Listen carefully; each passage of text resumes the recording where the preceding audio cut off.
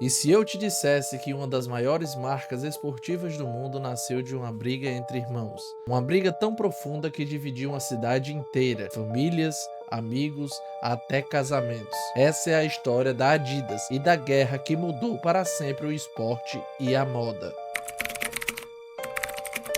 Nossa história começa na década de 1920, na pequena cidade de Herzogenaurach, na Bavária alemã, um lugar pacato, com pouco mais de 20 mil habitantes, conhecido por suas fábricas têxteis e pelo cheiro constante de couro das oficinas de sapatos. Era o período pós-guerra mundial, a Alemanha estava em crise, inflação descontrolada, desemprego e um clima político instável. Foi nesse cenário que Adolf Dassler, chamado de Adi, começou a trabalhar como aprendiz de sapateiro. Adi não era um homem comum, ele tinha uma obsessão: criar sapatos que não apenas servissem para andar, mas para melhorar o desempenho dos atletas. Seu irmão mais velho, Rudolf Dassler, ou Rudi, era o oposto. Enquanto Adi era tímido e técnico, Rudi era expansivo, comunicativo e tinha talento para vendas. Essa combinação parecia perfeita, e em 1924 eles decidiram unir forças. Na lavanderia da mãe, com poucas ferramentas e máquinas improvisadas, nasceu a Gertrude Dassler Schuhfabrik, a fábrica de calçados dos irmãos Dassler. Adi criava e aperfeiçoava sapatos, enquanto Rudi ia de cidade em cidade vendendo o produto. O negócio ia bem, mas a grande oportunidade deles ainda estava para chegar, e viria em um dos maiores eventos e mais importantes da história do esporte.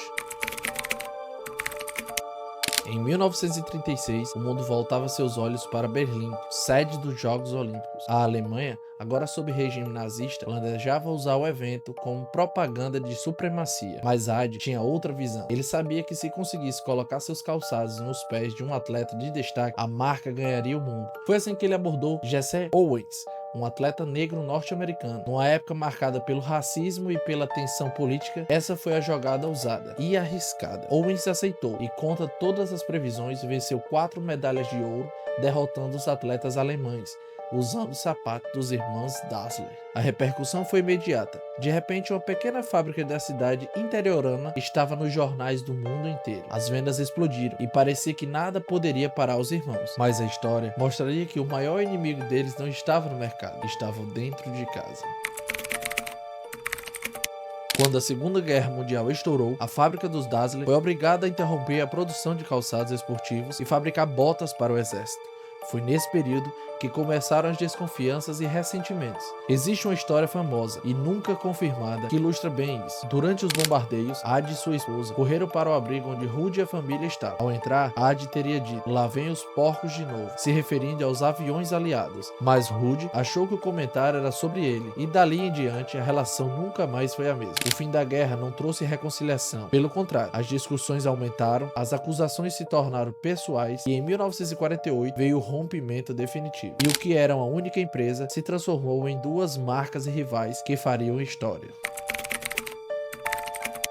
Adi manteve parte da fábrica e batizou sua nova empresa de Adidas, juntando seu apelido Adi às 3 primeiras letras do seu sobrenome, Dassler. Rudi, por sua vez, criou a Puma. A cidade de Herzogenaurach nunca mais foi a mesma. As pessoas passaram a olhar primeiro para os pés, umas das outras, para saber de que lado estavam. Times de futebol locais se recusavam a usar a marca do rival. Casamentos eram evitados entre famílias de torcedores de marcas diferentes. Essa rivalidade não era apenas comercial, era pessoal. E enquanto brigavam, Adidas e Puma cresciam, lado a lado. Mas Adi tinha um triunfo. Ele não queria apenas vender tênis, ele queria mudar o jogo.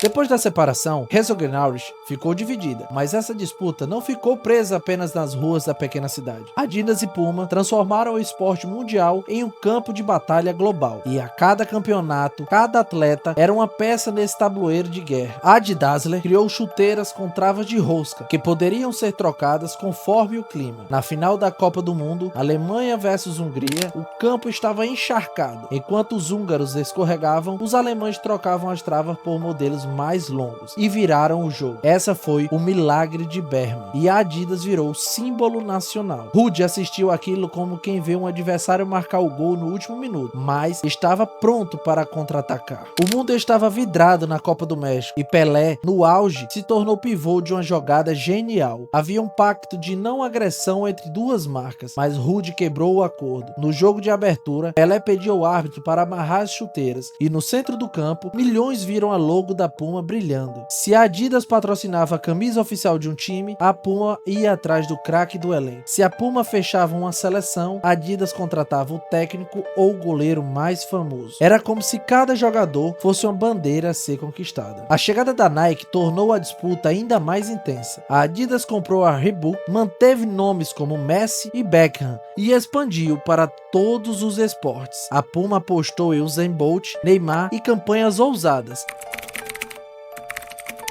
Hoje, a Adidas é uma das líderes do mercado global, com faturamento anual acima de 20 bilhões de euros. Patrocina gigantes como Real Madrid, Bayern de Munique, Manchester United e até atletas como Messi. A Puma, menor em receita, mantém forte presença em esportes de velocidade, futebol e moda urbana, colaborando com celebridades como Rihanna e cantores de trap e hip hop. A cidade de Herzogenaurach, curiosamente, abriga a sede das duas empresas, separadas apenas por 1 quilômetro. E embora a rivalidade tenha perdido parte da carga emocional com o tempo, ainda hoje, em reuniões, festas e eventos esportivos locais, é comum alguém olhar para os pés da outra pessoa antes de puxar assunto. A história da Adidas e da Puma nos lembra que grandes impérios podem nascer de pequenas oficinas e que às vezes a maior batalha não é contra o concorrente, mas contra aqueles que um dia estiveram do nosso lado. E você, de que lado está? Adidas ou Puma? Comenta aqui embaixo e vamos ver quem vence essa disputa no contexto popular. Se você gostou dessa história, se inscreve no canal, deixa o like e ativa o sininho. No próximo episódio de Como Tudo Começou, vamos contar como um simples drive-in se transformou no McDonald's e como uma jogada de bastidores quase mudou tudo.